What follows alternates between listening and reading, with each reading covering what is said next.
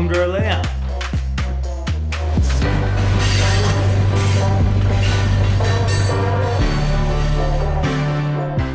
In today's, try that again. If you've been watching our videos, you know that we replaced the streetlights, but this one was not working. Well, we left this guy to fix this streetlight, and he's got it working now.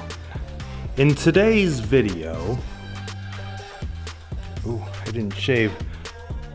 So, I don't know, I think we're gonna work some more on the Park Gulch project. I wanna get some more land going over that tunnel and get that ready to go. But first, I'm working over here. Let's go. On my way to over here, which I was previously there, going here, but in between is this spot. It's just one of those little things that you just gotta do someday, and you don't even know it, but whatever. We had these stairs years ago, probably, and my dad got around to staining them, so it looks a little better now. So anyways, let's keep going here, there, from here. Yeah. So here is the area by Kenosha Pass. That's gonna be up in here. I don't know if Scott is coming tonight. If he is, I might have him work on that. So down under here, you've seen videos on this part. Got this coming into here. We rearranged these turnouts and whatnot. And there was some weird dips and stuff in here, which not surprising. It's missing a lot of ties, and we spiked it down, so it's all weird. So I'm just gonna go ahead and throw some ties under there and get them glued down. And then I can come back and get it, make sure it's nice and level. It should be fine at that point. So I'm just kind of working on that real quick.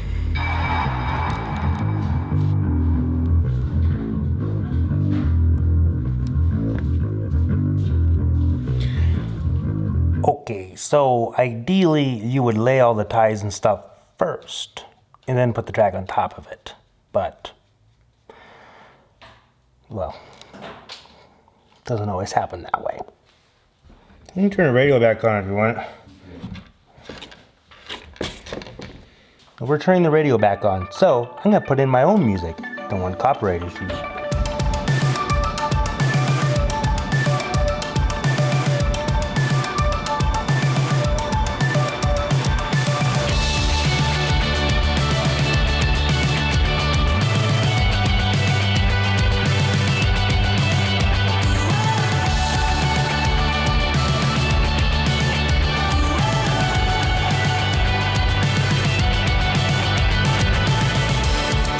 Okay, since I have this camera going and that camera going, I thought I'd take a minute and explain how this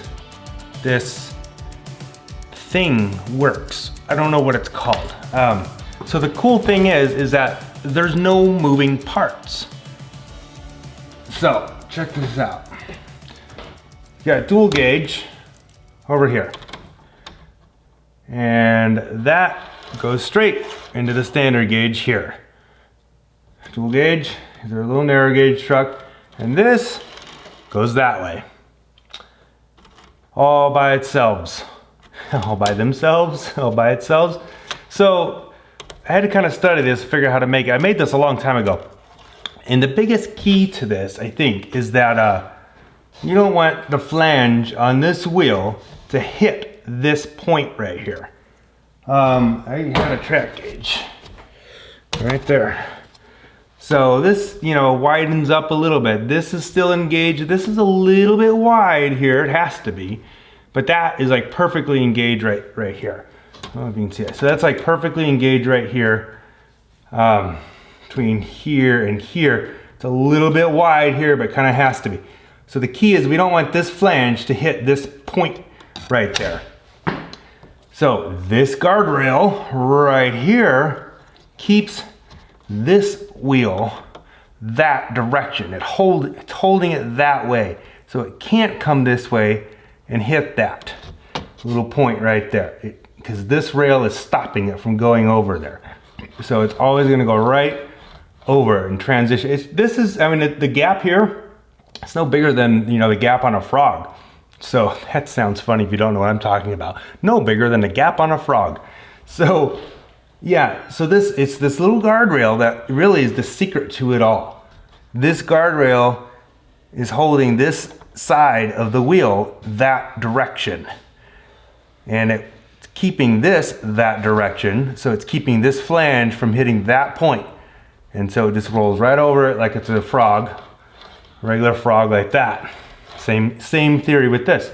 That is holding the wheels that direction, keeping the flange from hitting that point. And it goes right over it. Narrow gauge. This guy, I haven't thought about this. How does this work? This just works because, I mean, this rail here is pushing this direction. This rail is pushing that way. So it's pushing on the wheel to go that way. And so it's just naturally gonna go that way. And again, this wheel is kind of up against tight against that, or if it is a tight against that, it still can't hit this point. So it took a little adjusting to get this to work right, but I tell you what, it works flawless. There might be a little bump on a couple things, but that's probably stuff that has trucks that are out of gauge or something. So this frog here still needs to be electrically isolated. There's no moving parts, but you are still crossing polarity of track here. So when you're coming down this way with, we'll say, a locomotive that's got metal wheels, the polarity needs to be a certain direction for this way. We'll say direction A, and this needs to be direction B, polarity B, for this to go across this way. So no moving parts, but you still need to electrically be able to control that. And you know, if it was just standard gauge, that's, you know, a lot of stuff will probably just run over that anyways. But yeah, I'm just using a little frog juicer on that, and that is working great. Here's a picture of like when I built this. Pretty cool, huh? And I honestly, I don't know what this is called. I mean, it's a turnout, but nothing moves. It's got no moving parts. So I just thought I'd, you know, take a little time out of my day and show you that. Explain that to you. Okay, so now that I'm done explaining that, my dad said, are you done yet? Because I need the vacuum and get some stuff cleaned up, so. It's all right. Man, my hair is just dry. I don't have much hair, but this, it's just, yuck. So we were messing with stuff over here, there, something like that. Park Gulch project, we'll work on that a little bit. So I'm gonna get something in here, or start working on that anyways. It's funny because this actually used to be covered, and we've taken it off, put it back, taken it off, put it back. But this whole section of this layout used to be 90 degrees this way before we got the standard gauge layout. And so this has changed several times. But hey, I'm happy with the changes we're making now. So, see what we can do with that.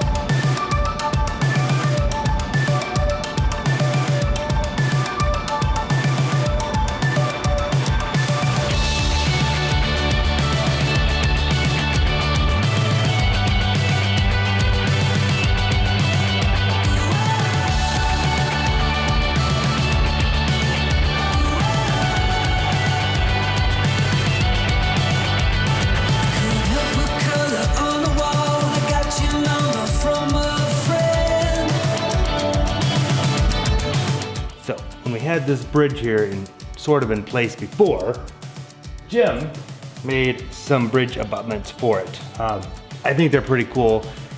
He says, don't reuse them, I can do better. So we're gonna wait for that. But in the meantime, I still have these, so I'm gonna kind of use them as placement to kind of figure out how this bridge is gonna go now that we have some land.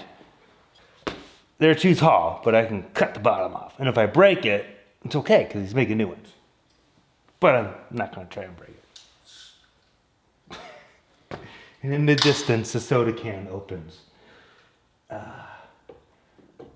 So, I think this is perfect if you're Evel Knievel and you just get a good head start from here and just, you know, yeah.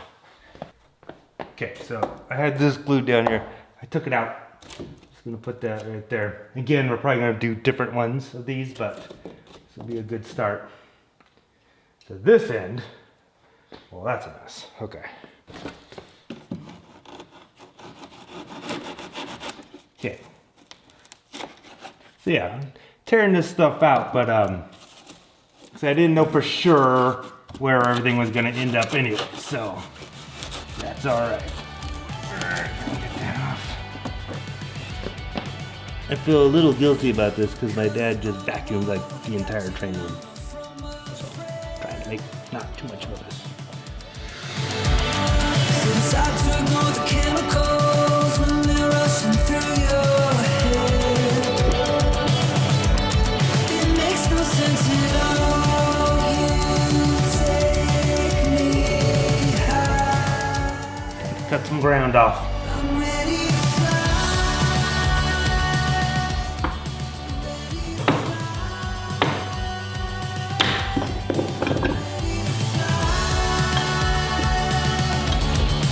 Wait, they're too high and stuff, but that's fine. We're just getting distances right now.